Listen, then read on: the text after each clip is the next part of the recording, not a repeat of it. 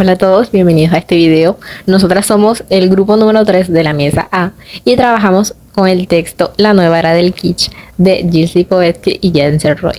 En esta ocasión estaremos haciendo un análisis a una situación problema y a continuación les vamos a mostrar cómo estos conceptos de kitsch nos ayudan a leer sociológicamente este fenómeno. Bueno, Lipovetsky y Roy parten de una pregunta clave.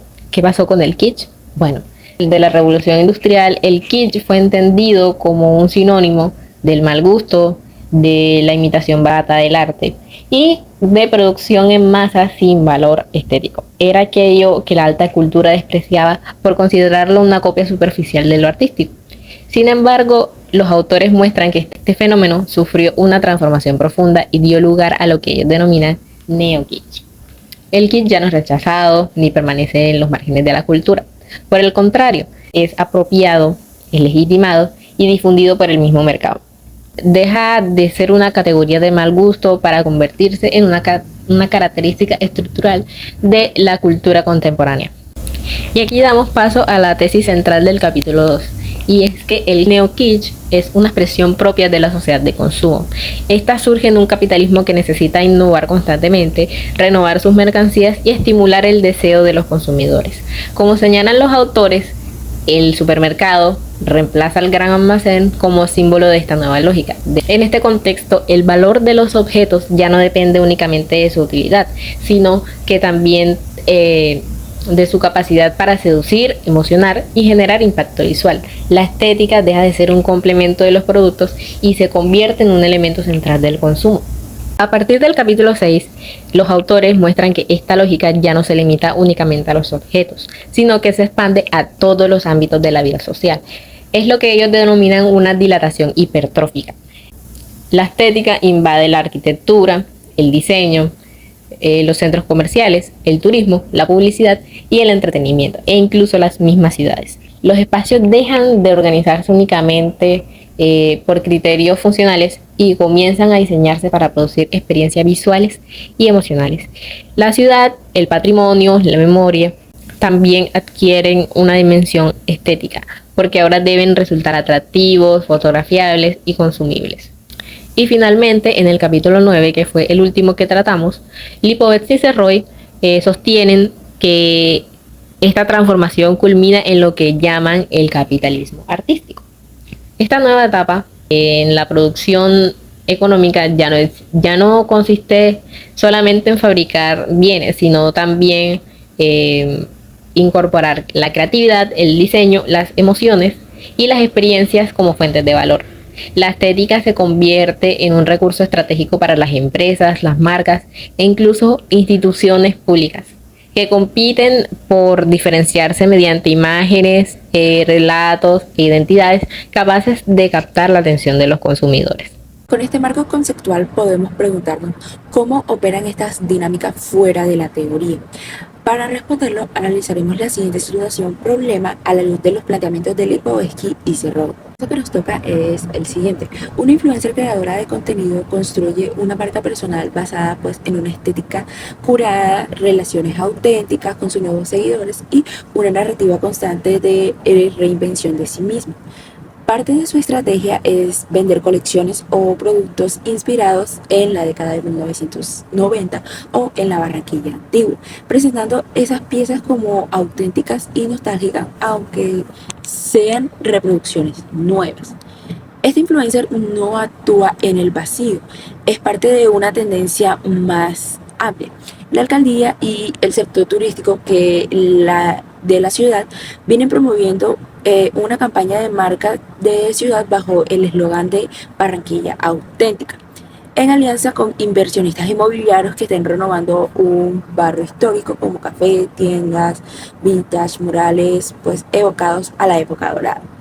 Los precios de arriendo de estos suben. Esos negocios y familias que vivían allí hace generaciones empiezan a desplazarse y cadenas nacionales replican la estética vintage local en sus vitrinas. Al mismo tiempo, los algoritmos de plataformas globales premian y viralizan justamente pues este tipo de contenido nostálgico, conectando la memoria de un barrio con audiencias en otras ciudades y países que nunca lo han pisado. La primera pregunta planteada es: ¿qué elementos de la estética neo-kitsch identifican en el contenido? Bueno, identificamos varios elementos del neo-kitsch en esta forma de representar la ciudad. En primer lugar, encontramos una estetización del pasado. Los productos, espacios y experiencias se presentan como algo inspirado en Barranquilla de los años 90 o en una ciudad tradicional, aunque son creados y comercializados para responder a las dinámicas del mercado actual. Lo que ofrece no es el pasado tal como fue, sino una versión cuidadosamente diseñada para despertar emociones y atraer al consumidor. En segundo lugar, observamos una escenografía de la nostalgia. Café, murales, fachadas y tiendas vintage recrean una imagen idealizada de la ciudad.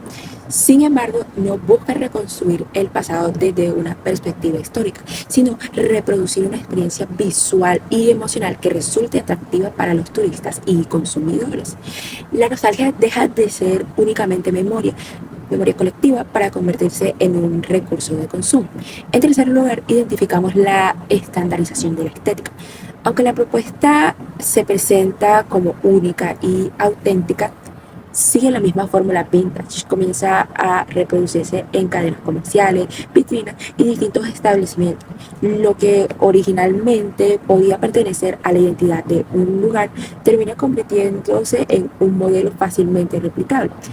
Esta capacidad de transformar lo singular en una experiencia de consumo masivo constituye una de las principales características del neo-kitsch.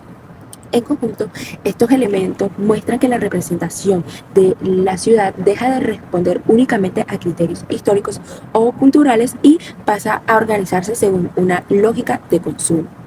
La segunda pregunta que nos plantean es: cuando el kitsch deja de ser un gusto individual y se convierte en una estrategia oficial de marca de ciudad o de política de desarrollo turístico. Desde Lipovetsky y Serroy, el cambio fundamental es que la estética dejó de ser una preferencia personal para convertirse en un recurso económico y político.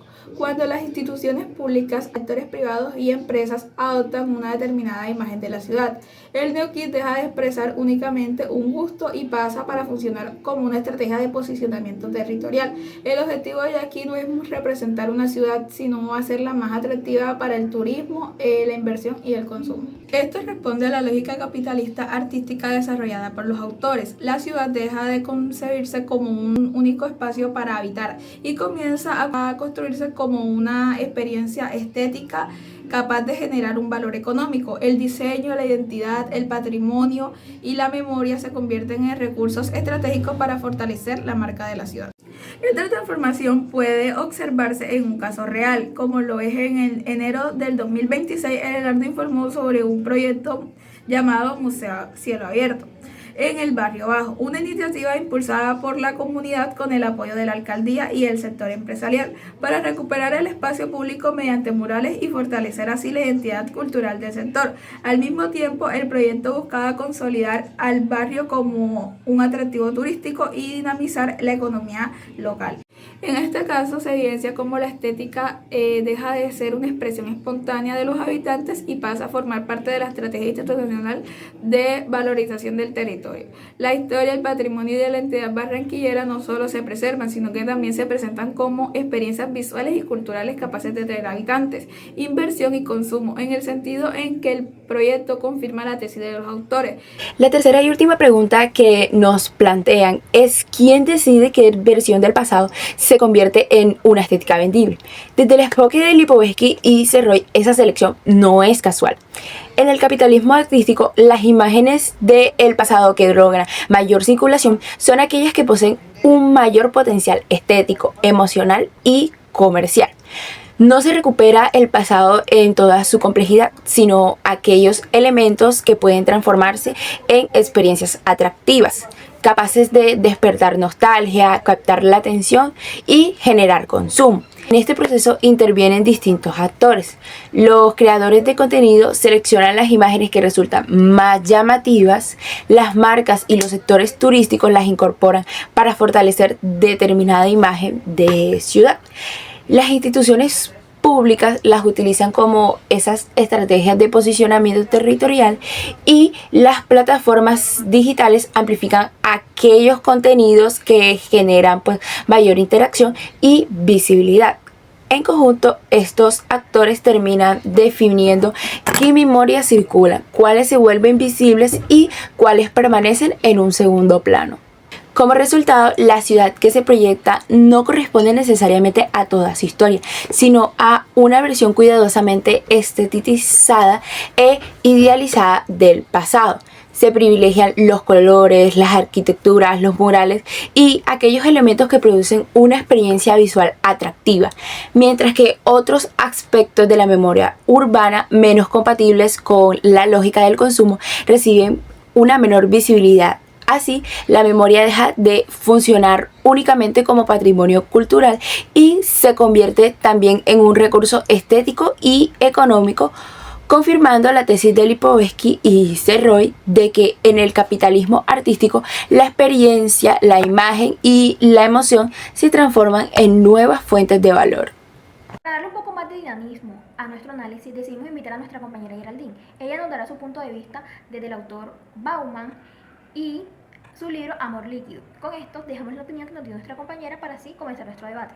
Totalmente de acuerdo con el aporte de Lipovetsky y Serroy, pero si le sumamos el aporte de Zygmunt Bauman podremos entender de una manera más amplia la gravedad de lo que está pasando con el influencer y la ciudad. La creadora de contenido y sus seguidores mantienen una relación puramente líquida. Ella no vende ningún tipo de conexión real, ni que no exige ningún tipo de compromiso ni nada, es puramente consumo estético y emocional a base de la autenticidad nostálgica. Simplemente las personas consumen esto para tener una identidad falsa de que es de los 90, el barrio Barranquilla antiguo y así. Lo peligroso de esto, que es con lo que estoy completamente de acuerdo con las compañeras, es que este modelo se convierte en algo arriesgado, ya que interviene o es apoyado por alcaldías, inversionistas, haciendo que entonces la realidad o la historia, la lucha social sólida del barrio se convierte en algo puramente líquido, o sea, algo sin importancia. Todo esto desaparece simplemente para transformarse en algo comercial o simplemente para un consumo rápido, sentirse bien y dejar de verlo más, como las tazas instagramiables o simplemente las vitrinas vintage. Coincidimos plenamente con lo que plantea nuestra compañera Geraldine. Creemos que la lectura le da más fuerza a lo que ya nosotros venimos analizando desde el kitsch. Ella habla de un vínculo líquido, de una identidad rápida y desechable, en donde vemos que los seguidores la consumen a través de la narrativa del 90. Desde Lipovetsky y Serroy podemos explicarla justamente en cómo la identidad es desechable con el kitsch, el neo-kitsch, cómo privilegia el impacto visual inmediato por encima de un deseo profundo. El valor ya no está en el sentido de las cosas, sino en la capacidad de generar un deseo instantáneo. Por eso esa identidad se vende rápido y se renueve aún más rápido.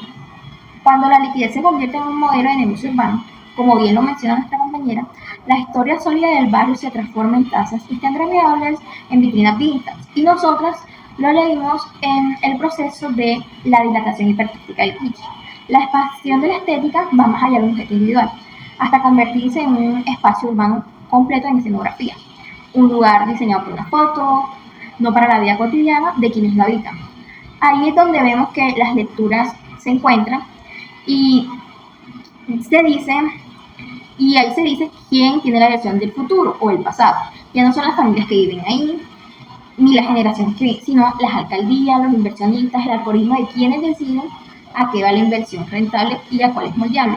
La bonita, la fácil, la fotografía. Bauman nos explica el mecanismo efectivo de ese desapego y el kitsch nos explica el mecanismo estético. Juntos muestran que no es solo un vínculo el que se licúa, es la memoria misma del barrio la que se convierte en una mercancía visual.